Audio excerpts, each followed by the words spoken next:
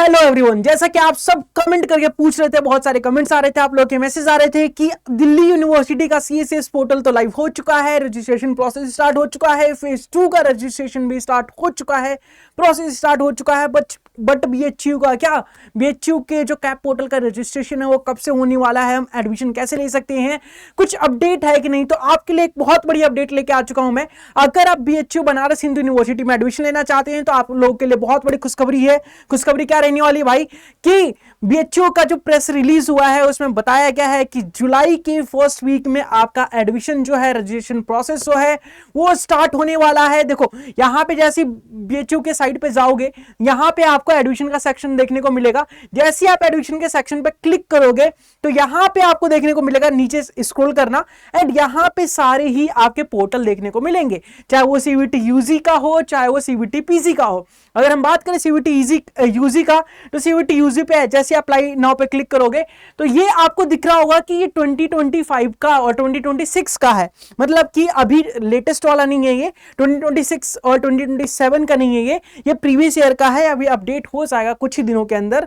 तो आपको जो रजिस्ट्रेशन है या फिर आपके एडमिशन का प्रोसेस है वो कब से स्टार्ट होने वाला है, कब देखने को मिलने वाला है। तो देखो यहां पे अगर जाओगे आप लोग, यहां पे साइड पे जाओगे और नीचे जैसे स्क्रॉल करोगे यहां पे दिखेगा आप लोगों को notice for under graduate registration 2026 में रजिस्ट्रेशन जैसे स्टार्ट होगा तो इसके लिए नोटिस निकाला गया है। यहां पे देखो जैसे हमारे जितने भी कोर्सेज है उसके लिए क्या क्या एलिजिबिलिटी है, क्या क्या उस कोर्स करने के लिए होना चाहिए, वो सारी चीजें बताई गई है डिटेल में। अगर मैं बात करूं बीए एलएलबी अगर करना है आप लोगों को तो आपके इंग्लिश या हिंदी होना चाहिए, कोई लैंग्वेज होना चाहिए आपके पास एंड जीएटी का पेपर देना होना चाहिए।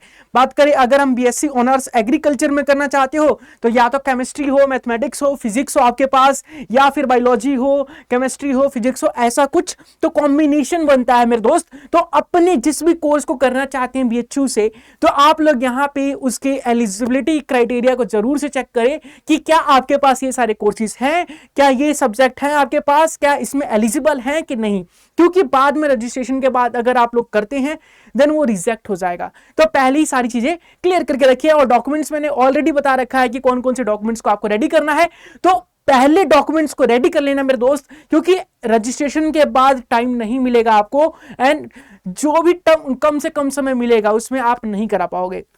अगर मैं बात करूं कि यहां पे आपको कैसे पता चल रहा है कि फर्स्ट वीक में ही देखने को मिलने वाला है हमें रजिस्ट्रेशन का, तो यहां पे जैसे नीचे स्क्रॉल करोगे यहां पे आपको देखने को मिलेगा कि जो रजिस्ट्रेशन ओपनिंग जो है वो फर्स्ट वीक ऑफ जुलाई होने वाला है।